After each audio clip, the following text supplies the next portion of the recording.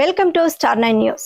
Ramachandrapuram MLA కార్మిక మంత్రి వాషంశెట్టి సుభాష్ ఆదేశాల మేరకు రామచంద్రపురం నియోజకవర్గ జనసేన పార్టీ ఇన్ఛార్జ్ పోలిశెట్టి చంద్రశేఖర్ స్థానిక ఏరియా ఆసుపత్రిని ఆకస్మిక తనిఖీ చేశారు. ఈ సందర్భంగా ఆసుపత్రి నందు కొత్తగా నిర్మించిన పై అంతస్తు నిర్మాణ పనులను పరిశీలించారు. అనంతరం రోగులకు అందుతున్న వైద్య సేవలు అడిగి తెలుసుకున్నారు. అలాగే రోగులకు అందిస్తున్న ఆహార పదార్థాలను పరిశీలించడం జరిగింది.